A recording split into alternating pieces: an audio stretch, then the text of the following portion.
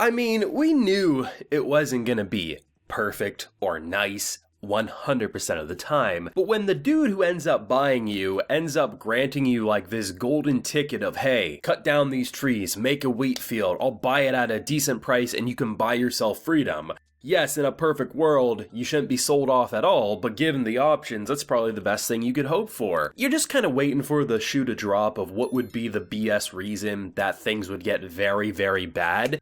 And I was just wondering, like, maybe I was trusting this master too much, like maybe he would actually be a scumbag, but every step of the way he just seemed like a decent dude who just was playing by the rules of the world, but treating people far nicer than he had to. Hell, he even does his own farm work when he could easily force other servants to do it for him. So what would be the reason that Einar and Thorfinn would have such a miserable, horrible time in the farmland arc? Well, it's the retainers, man. These people, when you see lunch, I was heated, man. I'm getting heated for Einar, a fictional character in this world. But man, just to see how perfect this could have been a slice of life arc in a lot of ways. Like, seriously, just having decent people deliver your actual lunch, not treat you like garbage, actually helping to move the trees instead of making the old horse and your slaves do it. This could have just been a casual slice of life adventure of just our boys farming, learning about themselves, and freeing themselves. But of course, Vinland Saga is all about that pain, and the pain was definitely seen in this episode. Now, I do have a full live reaction to today's episode available on the Patreon if you're interested, so consider supporting if you want to see that, but we gotta talk about this one. I was a huge fan of the return last week. I was told that a lot of the first half of the episode last week was actually anime original, fleshing things out,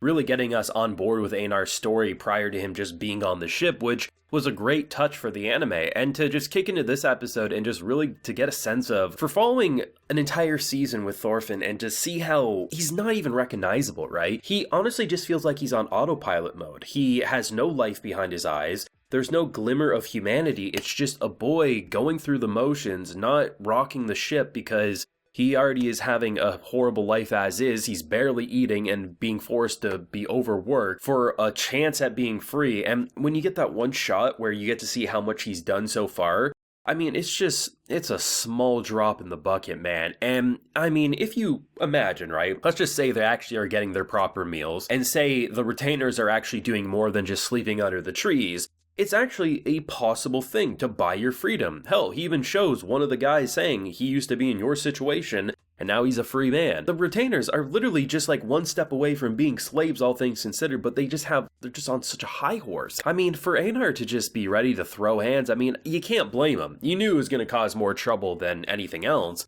But I mean, it's hard not to say, like, you know, imagining going from thinking you're just someone's property to then having this like carrot on a stick moment of like there's a chance at being free. Yeah, I gotta be a farmer and be forced into this lifestyle for maybe 5 or 10 years, but there's a path to freedom. And then it just all goes away. And I got a kick out of it, I really did. So when the master is like, hey, you wanted to tell me something, our boy's like ready to throw hands, being like, I'm sick of these retainers. And then he gets a side eye, he's like, oh, some strange, and then just completely forgets what he was about to say, and then just can't help but say, you know what, we'll talk about this in the next day.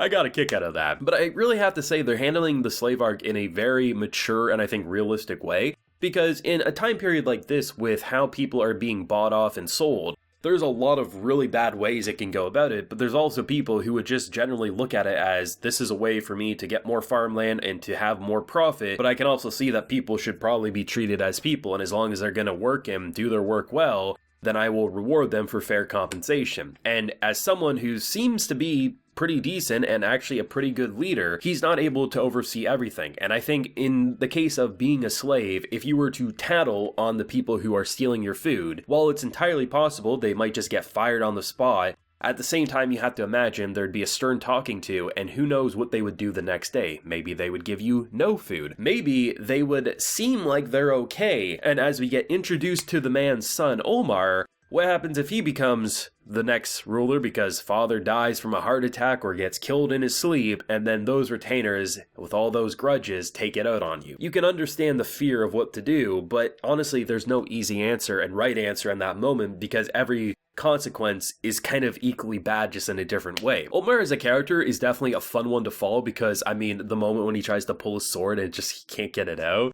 I thought that was hilarious. I mean, just him, like, he tries to cut the candle, or the moth going by the candle, and it completely flies away, and then he storms off because he thinks the woman that he was sleeping with is just some peasant trying to get his money. He was like one step away from that incel life, if I'm being honest. Though, from what I can see with Omar, I doubt he's going to just be an arrogant brat his entire run. Could he? Yes, he could just be a horrible character, a horrible personality his entire run. But looking at who his father is and the hard work determination he has in that moment, and this is the moment that really sells me on there's a potential chance at a good character arc, it's when after he storms off, like there's these two drunken buffoons and they are like walking through the wheat field, and he actually makes a notice like, hey, like you can't walk through the wheat field. He actually seemed upset as if, this is something it's our property. It's something that like, even if it's only a few pennies to you, like you have to treat that with respect. It does feel like his father's teachings, they do get through to him, but he's like on this like high of wanting to be a proud warrior and go on a conquest, let's go with Prince Canoe. And just the fact of the matter is, he's definitely arrogant. But does he seem like a bad person?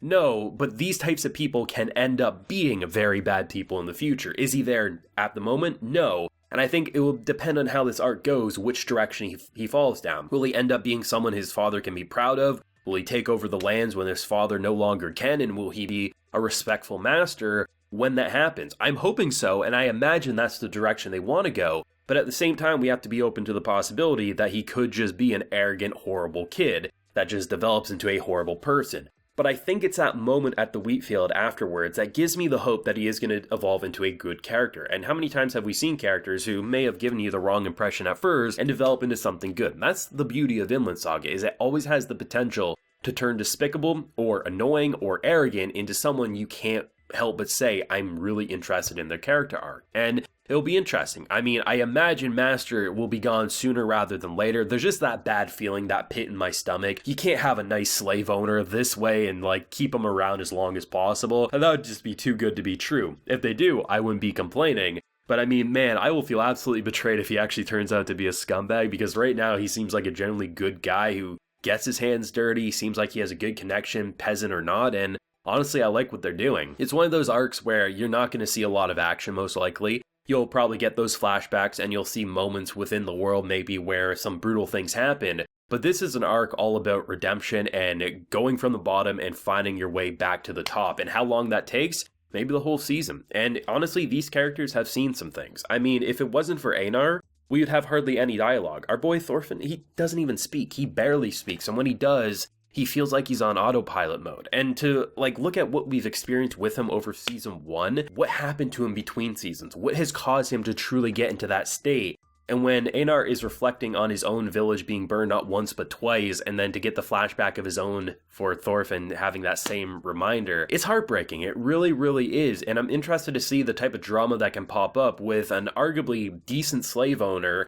but then you have underlings who are pretty damn corrupt and just twisted, a son who's an arrogant wannabe warrior but has the potential to follow in his father's footsteps and be a great ruler of these lands, similar to his father whenever he can't do it anymore. There's a lot to really like about the character writing here, and I think this will be the best character writing Vinland Saga has seen to date. Obviously, we're only 2 episodes into the season, but based on what they've shown us and have kind of portrayed the slave arc as, they're doing it absolutely phenomenal, and I'm really interested to see the potential like romance between whether servant and oh shit, that's related to the master, you can't go there, like that's definitely taboo. There's a lot of uncertainty, but it's definitely been a fantastic season. With only 2 episodes, it's already being like, yeah, this is definitely going to be one of my favorite anime of the year, because that's exactly what season 1 was, and I mean, this season seems like it has the potential to be even better. But of course, I'll pass the torch over to you. What did you think of episode 2 of Vinland Saga season 2, and what do you hope to see in future episodes? So let me know down below. Leave a like if you enjoyed, and subscribe if you're new around here. Now, like I mentioned, full live reaction is available on the Patreon, and while you're there, you can also get yourself a video shout out like a few we're about to get here. So we got Cardboard,